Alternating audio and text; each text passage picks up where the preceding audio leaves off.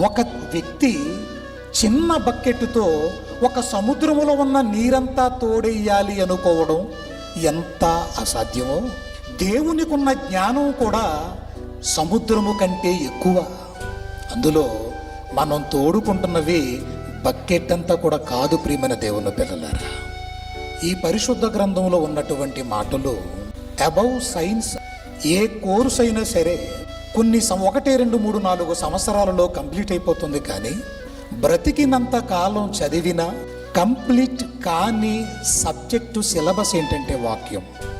ఏదైనా కరిగిపోతుంది కానీ తరిగిపోతుంది, కానీ దేవుని వాక్యం అనేది కరిగిపోదు. ప్రియ దేవుని పిల్లలారా, అందుకే వాక్యం వినేటప్పుడు ఒక మంచి మనసు ఉండాలండి.